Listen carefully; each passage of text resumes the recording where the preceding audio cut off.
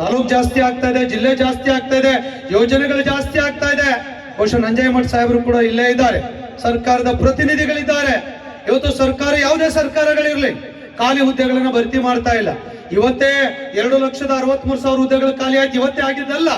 ಕಳೆದ 10-15 ವರ್ಷಗಳಿಂದ ಸರ್ಕಾರಗಳು ಕಾಲಕಾಲಕ್ಕೆ ಹುದ್ದೆಗಳನ್ನ ಭರ್ತಿ ಮಾಡದೇ ಇರುವಂತ ಕಾರಣಕ್ಕಾಗಿ ಇವತ್ತು ನಿಮ್ಮೂರಿನಲ್ಲಿ 500 ಜನ ಇದ್ದೀರಾ, ಬರುವಂತ ದಿನಗಳಲ್ಲಿ ಹುಡುಕಬೇಕು. ಯಂಗ್ ಬ್ಲಡ್ಸ್ ಬರ್ತಾ ಇಲ್ಲ, ನೇಮಕಾತಿಗಳಾಗ್ತಾ ಇಲ್ಲ. ಅನೇಕ ಕಾರಣಗಳಿರ್ಬೋದು, ಪವಿತ್ರ ಪ್ರಕರಣಗಳಿರ್ಬೋದು, ಇಂಟರ್ನಲ್ ರಿಸರ್ವೇಶನ್ಸ್ ಗಳಿರ್ಬೋದು. ಅದೇನೇ ಇದ್ರೂ ಕೂಡ ನೇಮಕಾತಿಗಳನ್ನ ಸರ್ಕಾರಗಳು ಮಾಡಲಿಲ್ಲ ಅಂತ ಹೇಳಿದ್ರೆ ಸಮಾಜದಲ್ಲಿ ಒಳ್ಳೆ ಆಡಳಿತವನ್ನ ಕೊಡ್ಲಿಕ್ಕೆ ಆಗೋದಿಲ್ಲ. ಇವತ್ತು ಸರ್ಕಾರಕ್ಕೆ ನಾನು ಆಗ್ರಹ ಪಡಿಸ್ತೇನೆ, ವಿನಂತಿ ಮಾಡ್ಕೊಳ್ತೇನೆ, ಸರ್ಕಾರ ಕಾಲಕಾಲಕ್ಕೆ ಹೊಸ ಯುವಕರನ್ನ ಈ ವ್ಯವಸ್ಥೆಗೆ ತಂದ್ರೆ ಜನಮುಖಿ ಕೆಲಸಗಳನ್ನ ಮಾಡ್ಲಿಕ್ಕೆ ಆಗ್ತದೆ. ಸರ್ಕಾರದ ಯೋಜನೆಗಳನ್ನ ಕಟ್ಟ ಕಡೆಯ ಸಾಮಾನ್ಯನ ವ್ಯಕ್ತಿಗೆ ತಲುಪಿಸಲಿಕ್ಕೆ ಸಾಧ್ಯ ಆಗ್ತದೆ.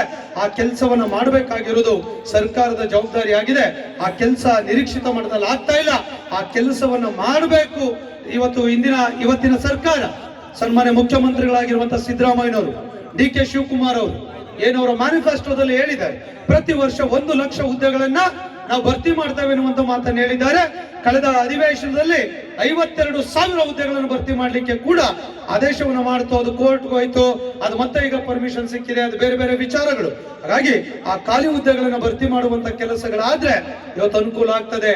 ಬಹುಶಃ ಒಂದೊಂದು ಇಲಾಖೆನಲ್ಲಿ 26% ಇಂದ 40% ವರೆಗೆ ಇವತ್ತು ಖಾಲಿ ಹುದ್ದೆಗಳಿದೆ. ಡಿಪಾರ್ಟ್ಮೆಂಟ್ ನಲ್ಲಿ 2-3 ಪಂಚಾಯತಿಗಳಲ್ಲಿ ಒಬ್ಬೊಬ್ಬರೇ ಪಿಡುವ ಕೆಲಸ ಮಾಡಬೇಕು. Village accountant, village administrative officer, revenue ಇನ್ಸ್ಪೆಕ್ಟರ್ಗಳು ಇವತ್ತೇನು ಬ್ರಿಟಿಷ್ ಕಾಲದಲ್ಲಿ ಇದ್ದಂತ ರಿಕ್ರೂಟ್ಮೆಂಟ್ ಸ್ಟೇಟಸ್ ಏನಿತ್ತು ಅವತ್ತಿನ ಲೆಕ್ಕದಲ್ಲಿ ಇವತ್ತು ಕೆಲಸ ಮಾಡಬೇಕಾಗಿದೆ. ಅವತ್ತು ಕೇವಲ ಇನ್ಕಮ್ ಸರ್ಟಿಫಿಕೇಟ್, ಕ್ಯಾಸ್ಟ್ ಸರ್ಟಿಫಿಕೇಟ್ ಕೊಡ್ತಾ ಇದ್ರು. ಇವತ್ತು ಸರ್ವೈವಲ್ ಸರ್ಟಿಫಿಕೇಟ್ ಇರ್ಬೋದು, ಲ್ಯಾಂಡ್ ಸರ್ವೆ ಇರ್ಬೋದು, ಕ್ರಾಪ್ ಸರ್ವೆ ಇರ್ಬೋದು, ಅಥವಾ ಸುಮಾರು 45 ಪಾಪ್ಯುಲರ್ ಸ್ಕೀಮ್ಗಳನ್ನ ರೀಚ್ ಮಾಡ್ಲಿಕ್ಕೆ ಒಬ್ಬ ಮನುಷ್ಯ ಕೈಲಿ ಸಾಧ್ಯ ಆಗಲ್ಲ. ಮನುಷ್ಯ ಕೂಡ ಮೆಕ್ಯಾನಿಸಮ್ ಅಲ್ಲ, ರೋಬೋಟ್ ಅಲ್ಲ.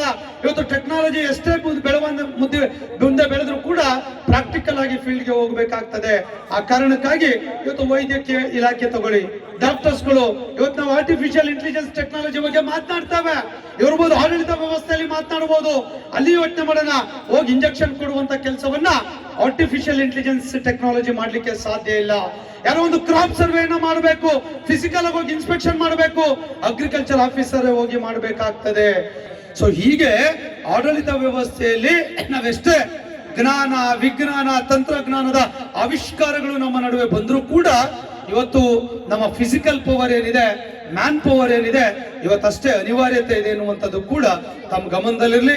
ನಾನು ಈ ವೇದಿಕೆ ಮೂಲಕ ಇನ್ನಷ್ಟು ಕೂಡ ನೌಕರ ಸಂಖ್ಯೆಯನ್ನು ಹೆಚ್ಚಿಸುವಂತ, ನೇಮಕಾತಿ ಮಾಡುವಂತ ವಿಚಾರದಲ್ಲಿ ಈ ಸೂಳಬಾವಿ ಗ್ರಾಮದ ಮೂಲಕ ಸರ್ಕಾರಕ್ಕೆ ಆಗ್ರಹ ಪಡಿಸ್ತೇನೆ.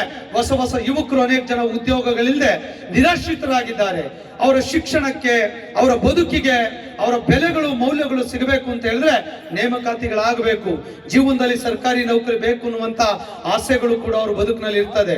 ಆ ಕಾರಣಕ್ಕಾಗಿ ಸರ್ಕಾರ ಈ ವಿಚಾರದಲ್ಲಿ ಒಂದು ದಿಟ್ಟ ನಿಲುವುಗಳನ್ನು ತೆಗೆದುಕೊಳ್ಬೇಕು ಅನ್ನುವಂತ ಸಂದೇಶವನ್ನು ತಮ್ಮ ಮೂಲಕ ನಾನು ಕೊಡ್ಲಿಕ್ಕೆ ಬಯಸ್ತೇನೆ. ನಾನು ಅಧ್ಯಕ್ಷ ಆಗೋದಕ್ಕಿಂತ ಮುಂಚೆ 3 ತಿಂಗಳು ಸಂಬಳ ಆಗ್ತಿರ್ಲಿಲ್ಲ. ನಾವು ಯಡಿಯೂರಪ್ಪನವರು ಮುಖ್ಯಮಂತ್ರಿಗಳಿದ್ದಾಗ ಹೋರಾಟವನ್ನು ಮಾಡಿ ಪ್ರತಿ ತಿಂಗಳ ಮೊದಲ ವಾರದಲ್ಲಿ ನೌಕರಿಗೆ ಸಂಬಳ ಆಗುವಂತ ಕಾನೂನನ್ನ ತಂದಿದ್ದು ನಿಮ್ಮ ಸರ್ಕಾರಿ ನೌಕರ ಸಂಘ ಅನ್ನೋದನ್ನ ಬಹಳ ಅಭಿಮಾನದಿಂದ ಹೇಳಲಿಕ್ಕೆ ನಾನು ಬಯಸ್ತೇನೆ. ಬಹುಶಃ ಬಹಳ ಜನ ಮಹಿಳಾ ನೌಕರು ಬಂದಿದ್ದೀರಾ.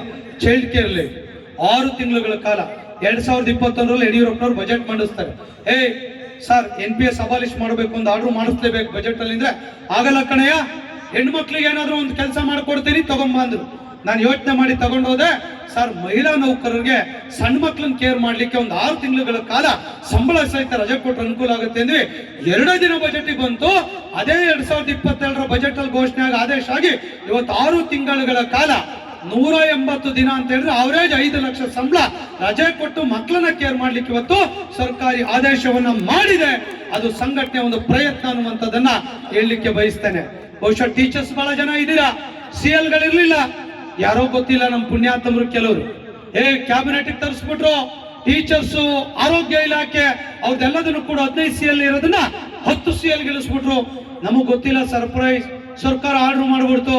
ಮತ್ತೆ ಅವತ್ತು ಕೂಡ ಮುಖ್ಯಮಂತ್ರಿಗಳು ಯಡಿಯೂರಪ್ಪನವರಿದ್ರು, ವಿಶ್ವೇಶ್ವರ ಕಾಗೇರಿ ಅವರಿದ್ರು, ಸುರೇಶ್ ಕುಮಾರ್ ಅವರಿದ್ರು. ರಿಕ್ವೆಸ್ಟ್ ಮಾಡಿ ಕ್ಯಾಬಿನೆಟ್ ತರಿಸಿ ನಮ್ಮ ಶಿಕ್ಷಕರು, ಆರೋಗ್ಯ ಇಲಾಖೆ ನೌಕರಿಗೆ ಅನ್ಯಾಯ ಆಗಬಾರ್ದು. ಪ್ರೈಮರಿ ಇರ್ಬೋದು, ಹೈಸ್ಕೂಲ್ ಟೀಚರ್ಸ್ ಇರ್ಬೋದು, PU college lecturer, degree college lecturers, ಅವ್ರಿಗೆ ಏನೇ ಕಾರಣಗಳಿರ್ಲಿ 15 CL ನಾಗೆ ಉಳಿಸಬೇಕು ಅಂತ ಹೇಳಿ ಅದೇ ವರ್ಷ 2022ರಲ್ಲಿ ಅದೇ ವರ್ಷ 5 CL ಅನ್ನ ಹೆಚ್ಚಿಸುವಂತ ಕೆಲಸ ಮಾಡಿ ಈ ಹಿಂದೆ ಇದ್ದಂತೆ 15 CL ಉಳಿಸುವಂತ ಕೆಲಸವನ್ನ ಮಾಡಿದ್ವಿ. ಬಹುಶಃ ಒಂದು ವರ್ಷಕ್ಕೆ 5 CL ಎಕ್ಸ್ಟ್ರಾ ಅಂತ ಹೇಳಿದ್ರೆ 20 ವರ್ಷ ಸರ್ವಿಸ್ ಅಂದ್ರೆ 100 ದಿವಸ, ಒಂದಿನ ಸಂಬಳ 3,000 ಅಂದ್ರೆ 3 ಲಕ್ಷ. ಆಗ್ಲೇ ಹೇಳಿದ್ನಲ್ಲ, 1 ತಿಂಗಳು ಸಂಬಳ 1 ಲಕ್ಷ ಅಂದ್ರೆ 6 ತಿಂಗಳು ಚೈಲ್ಡ್ ಕೇರ್ ಲೀವ್ಗೆ 6 ಲಕ್ಷ, 6 3 9 ಲಕ್ಷ.